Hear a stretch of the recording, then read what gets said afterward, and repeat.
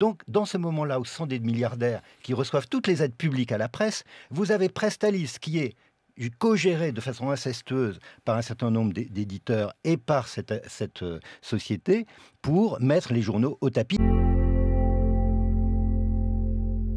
Il y a encore plus dingue que l'Instant M qui doit en être à sa, à mon avis, 5e émission sur la distribution de la presse. Il y a l'hebdomadaire Le 1 qui y consacre un numéro entier. Alors les uns vous diront, laissez tomber, c'est trop technique, ça n'intéresse personne. Les autres, nous, martelons au contraire. Les journaux sont l'un des piliers de la démocratie. Pourquoi ne faudrait-il habiter que dans une grande ville bien chic et bien bourgeoise pour trouver un kiosque? Pourquoi n'y aurait-il que les puissants groupes de presse qui auraient les moyens de survivre et pas les petits éditeurs, pas les journaux d'opinion, ceux qui chahutent et qui dérangent même avec peu de moyens? Le papier est-il condamné à disparaître? Nous, on pense que ça vous intéresse. Alors ce matin, enquête sur pourquoi tout le système s'est écroulé. L'histoire est effarante. L'Instant M. Sonia De Villers sur France Inter. Bonjour à tous les deux, chers invités. Philippe Kieffer, en chair et en os, bonjour. Bonjour. Philippe Kieffer, quand même, je vous le dis. Un grand nom du journalisme média, Kieffer et Chamard, c'était Libération, l'histoire secrète de la télévision. Tout ça, je me sens toute petite à côté de vous.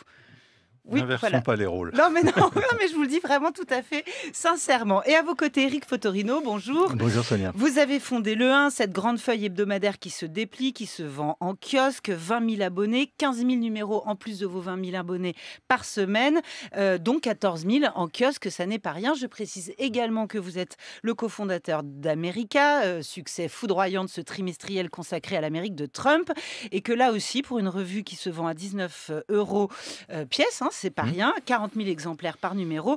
Et là, on est à peu près à parité entre le kiosque et la librairie. Voilà, c'est donc... Avec François Bunel pour América. Absolument. Vous aviez promis à vos lecteurs de faire la lumière sur l'affaire Prestalis. Prestalis, c'est le nom de cette entreprise privée qui gère la distribution des journaux en France.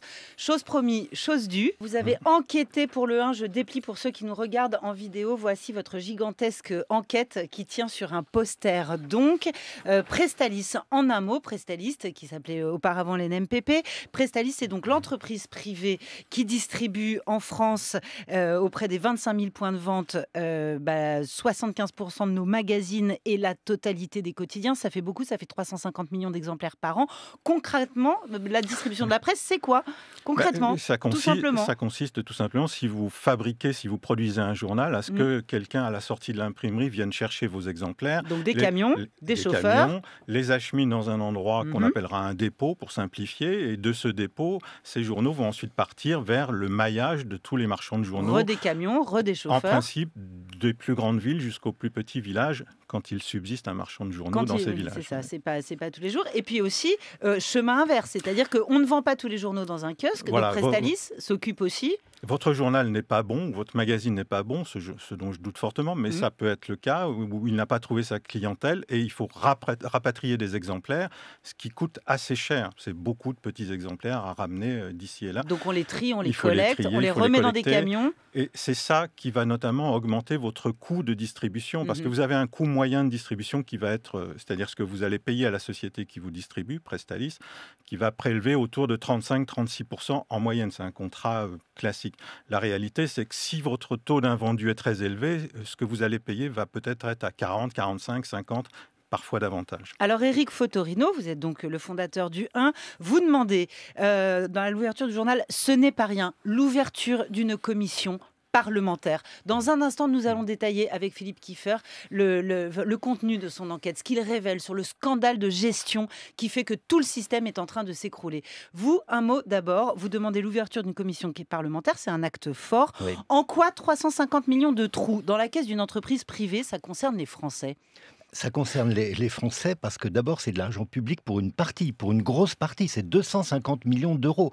Donc effectivement, je demande officiellement, et sur votre antenne, cette ouverture d'une commission d'enquête parlementaire. Je sais que des sénateurs, sénatrices sont déjà, nous écoutent et vont faire une démarche dans ce sens parce qu'on paye beaucoup trop cher les journaux en France et que cet argent et Philippe Kieffer le démontrera bien dans l'enquête tout à l'heure et il vous le dira à ce micro, mais on est face à une opacité tellement forte, à une absence de transparence, que c'est un scandale dans un contexte que je voudrais rappeler.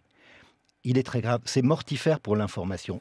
on est dans la première fois dans notre histoire moderne, à un moment donné où le faux peut l'emporter sur le vrai. C'est-à-dire, c'est ce que disait Guy Debord, hein, le vrai sera un moment du faux un jour.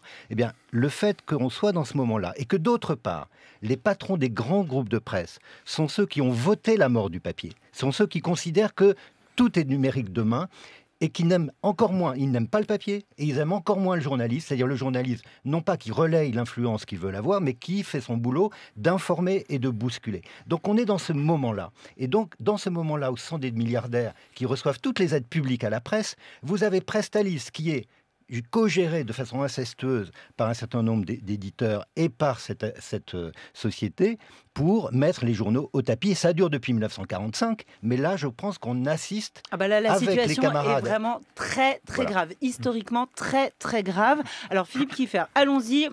Disséquons cette gestion effarante.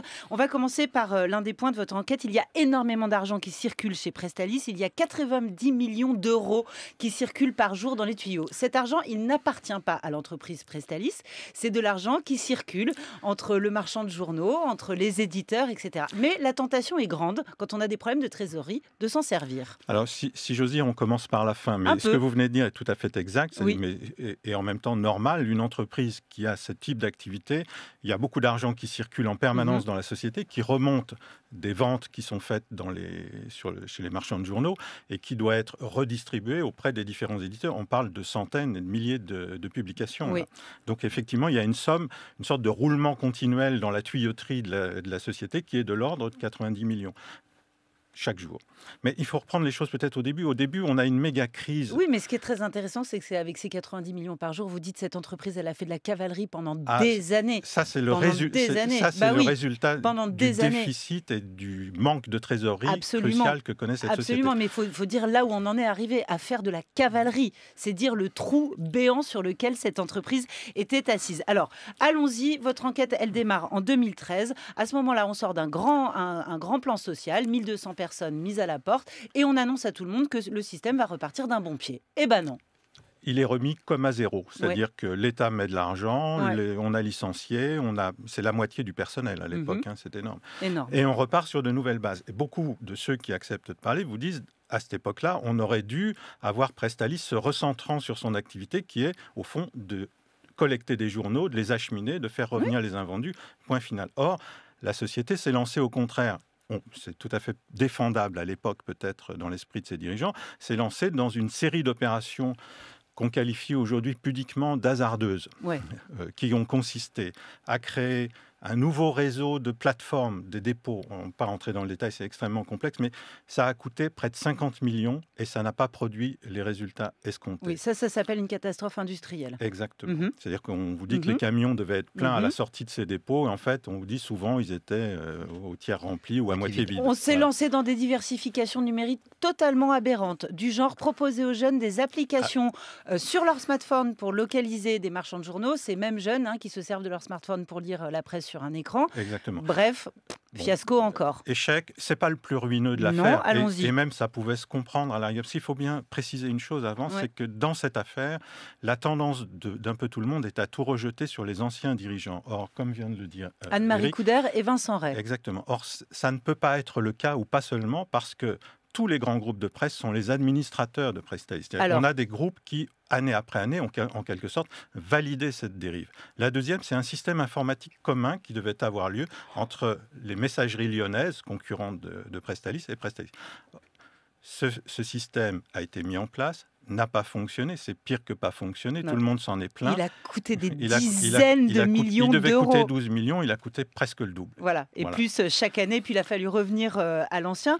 Quand vous dites que c'est un système très incestueux, Éric Fotorino, je rappelle que le groupe Lagardère, c'est-à-dire JDD, Elle, Paris Match, Le Canard Enchaîné, Mondadori, c'est-à-dire Closer, une grande partie de la presse télé, Le Monde, Prisma c'est Femmes Actuelles, Le Figaro, Condé Nast, c'est Vogue, Glamour, etc., sont les principaux décideurs du système. Philippe Kieffer, vous dites aussi qu'on s'est rendu compte que les gros éditeurs bénéficiaient de contournements des tarifs et des barèmes, de ristournes, de contrats spécifiques. C'est là où il faut un instant revenir sur le schéma. Allez-y. C'est une société privée, mais elle est dirigée, pilotée par 2 coopératives. Donc un système coopératif, une coopérative de quotidien, une coopérative de magazine.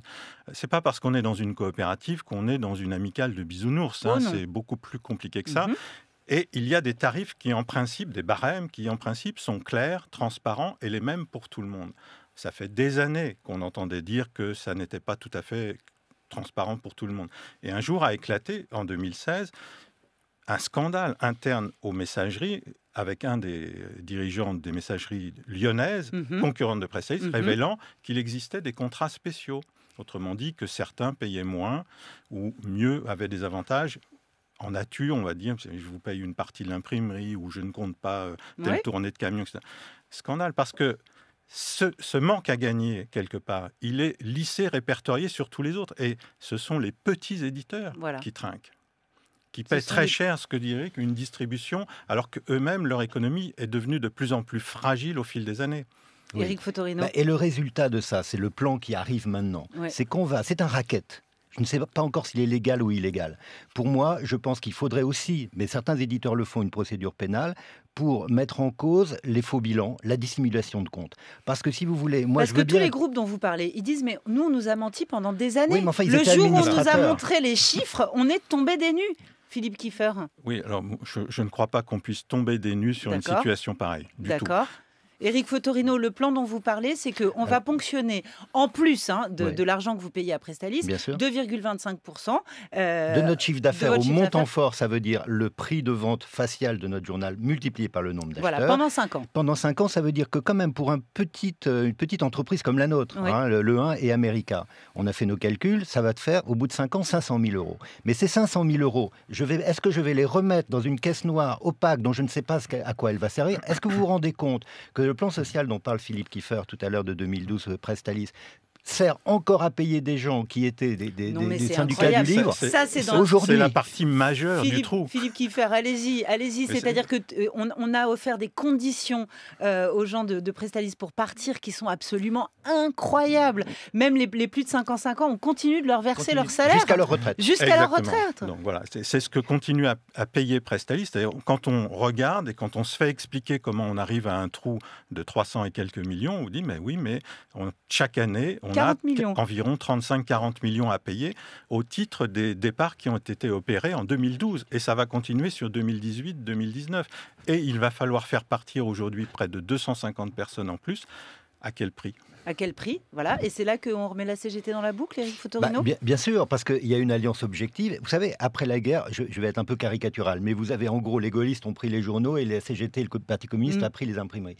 Et on a vécu là-dessus aujourd'hui. Et donc cette économie de rente, on en meurt, et je pense que l'année 2018-2019 va être sanglante pour la presse écrite, pour les petits éditeurs. Alors au moment où on nous dit les fake news, etc., oui, mais enfin si on fait mourir et qu'on les petits éditeurs et qu'on continue à alimenter en aide publique les grands groupes de milliardaires, là je pense qu'on marche vraiment sur la tête. Je vous remercie beaucoup tous les deux, Éric Fotorino, Philippe Kieffer, qui voulait ajouter un dernier mot, parce qu'on déborde, dites-nous. Mais je crois qu'il serait important pour éclaircir ce débat que soit rendu public le rapport de M. Ramex, qui a été fait sur le sujet et qui est aujourd'hui enterré, caché, dissimulé, notamment par le ministère de la Culture.